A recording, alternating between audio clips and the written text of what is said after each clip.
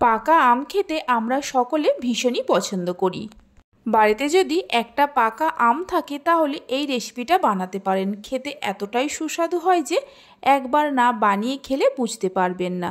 মাত্র 2-3টি উপকরণ দিয়ে বানিয়ে নেওয়া যায়।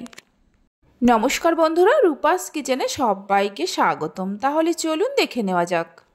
শুরু থেকে শেষ পর্যন্ত দেখার জন্য আপনাদের কাছে অনুরোধ রইল। প্রথমে একটা সুতির রুমালের মধ্যে 1 কাপ টক দই নিয়ে নেব। ওজন হিসাবে 200 গ্রামের মতো টক দই আছে। এবার এই রুমালটাকে ধরে এইরকম পুঁটলি মতো করে নেব। তারপর এইভাবে ছাঁকনির ওপরে রেখে দিয়ে একটা ভারী কিছু এর ওপরে দিয়ে দেব। এবার এইভাবে কিছুক্ষণ রেখে দেব, মানে দইয়ের যে জলটা আছে ঝরিয়ে নেব। আমি একটা টিফিন বক্সের মধ্যে জল ভরে নিয়ে এর ওপরে রেখে দেব। প্রায় 1 ঘন্টার মতো রেখে দিয়েছিলাম। দেখুন দইয়ের থেকে কতটা পরিমাণ জল বেরিয়েছে। দইয়ের জলটা ফেলে দিয়ে জল ঝরানো টক দইটা এর মধ্যে ঢেলে নেব। দেখুন দইয়ের মধ্যে আর একটুও জল নেই। এবার এখানে আমি একটা পাকা আমের খোসা ছাড়িয়ে নিয়েছি। আমটা খুব বেশি বড়ও না আবার খুব ছোটও না, এইরকম মিডিয়াম সাইজের আম নিতে হবে 200 গ্রাম টক দইয়ের জন্য। আপনারা যদি দইয়ের পরিমাণটা বাড়ান তাহলে আমের পরিমাণটা বাড়িয়ে দেবেন। আমটা গ্রেট করে নেওয়ার পর দইয়ের মধ্যে ঢেলে নেব। এবার দিয়ে দেব 3 চামচ গুঁড়ো করা চিনি। তবে চিনির পরিমাণটা আপনারা কম বেশি করে দিতে পারেন, কারণ আম কতটা মিষ্টি তার উপরে চিনিটা নির্ভর করে। 3 চামচের মতো গুঁড়ো দুধ দিয়ে দেব। এখানে আমি 1 চামচ গুঁড়ো দুধ দিয়েছি, সেই ভিডিওটা দেখালাম।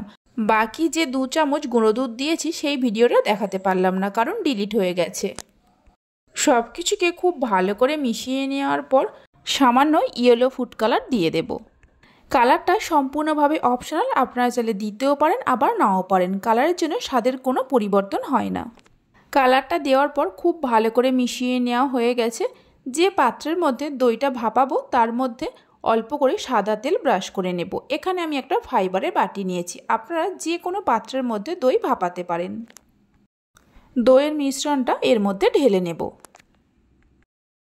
দইয়ের মিশ্রণটা ঢেলে নেওয়ার পর বাটিটাকে ধরে এইভাবে একটু ট্যাপ করে নেব।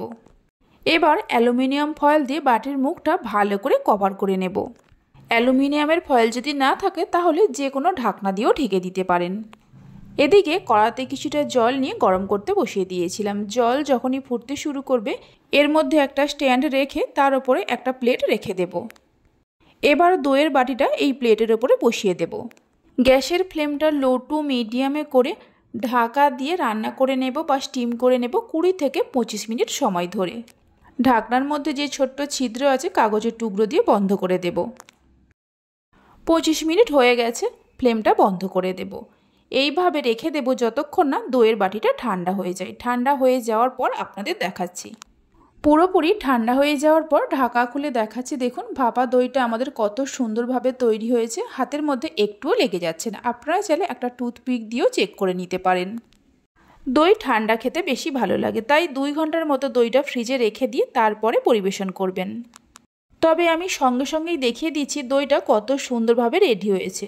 গোল করে একটু ছুরি দিয়ে সাইডগুলো ছাড়িয়ে নিয়ে তারপর একটা প্লেটের মধ্যে এইভাবে উল্টে নিতে হবে। দেখতে সুন্দরের জন্য এর ওপরে কিছু ড্রাই ফ্রুটস দিয়ে দেব। এখানে আমি আমন্ড, পেস্তা আর চেরি ফলকে ছোট ছোট করে কেটে নিয়ে দিয়েছি।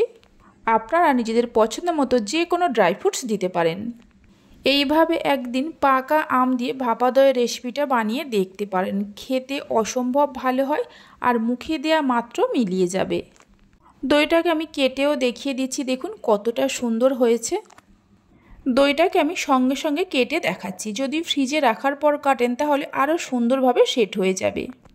রেসিপি ভালো লেগে থাকলে অবশ্যই একটা লাইক করবেন, বন্ধুদের সঙ্গে শেয়ার করবেন। ভালো লাগলে চ্যানেলটি সাবস্ক্রাইব করে পাশে থাকা বেল আইকনটি প্রেস করবেন নতুন রেসিপির আপডেট পাওয়ার জন্য। তাহলে চলুন ভিডিওটা আমি এখানেই শেষ করছি। আপনারা সবাই ভালো থাকবেন, সুস্থ থাকবেন। ধন্যবাদ।